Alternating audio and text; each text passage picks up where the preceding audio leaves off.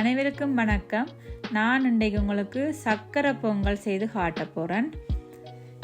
இந்த பானை நான் ஸ்ரீலங்காவிலிருந்து கொண்டு வந்தேன். நான் இது நார்மலாக எங்களோட கிச்சன் அடுப்பில் வேலை செய்யாது, நான்ஸ்டிக் இதெல்லாம் எங்களோட அடுப்பில் வேலை செய்யும். நான் இதுக்கண்டு ஒரு கரண்ட் அடுப்பு ஒன்று வாங்கினான். இப்போ இதில் நான் இந்த பானையை வச்சு இப்போ அதில் பாலும் ஏலக்காயும் கொஞ்சம் தண்ணியும் விட்டு இப்போ கொதிக்க வச்சிருக்கிறேன்.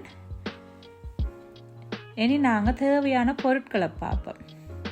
இந்த கப்பால் ஒரு கப்பளவு பச்சை அரிசி எடுத்து வச்சிருக்கிறேன், கப்பளவு வறுத்த பயர் எடுத்து வச்சிருக்கிறேன். இது ரெண்டையுமே சேர்த்து கலக்கணும்.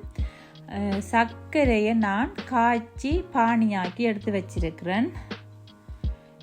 ஏலக்காயும் கஜுவும் பிளம்ஸும் சேர்த்து லைட்டாக போட்டு இந்த நெய்யில் வதக்கி வச்சிருக்கிறேன்.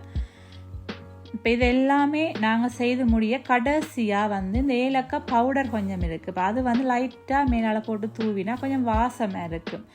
சரி, இப்போ நாங்கள் அரிசியை போடுவோம். இப்போ அரிசியையும் பயரும் சேர்த்து கலந்து நல்ல வடிவாக கழுவி எடுத்து இப்போ அதை நான் இப்போ இந்த பானைக்குள்ளே போடுறோம். அதே நேரம் ஒரு அரை கரண்டி அளவில் நீங்கள் ஒரு லைட்டாக உப்பு போட்டிங்கன்னா டேஸ்ட்டாக இருக்கும்.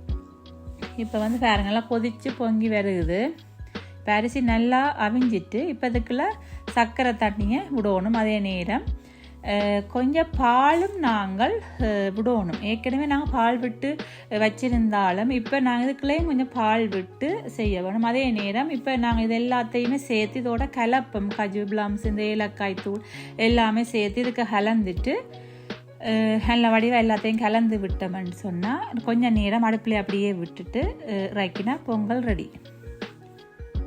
பாருங்க எப்படி இருக்குதுண்டு. நல்ல டேஸ்ட்டாகவும் இருந்தது. நாங்கள் சாப்பிட்டு பார்த்துனாங்க, நல்ல டேஸ்ட்டாக இருந்தால் பிள்ளைகளுக்கும் பிடிச்சிருந்தது. ஓகே, நன்றி.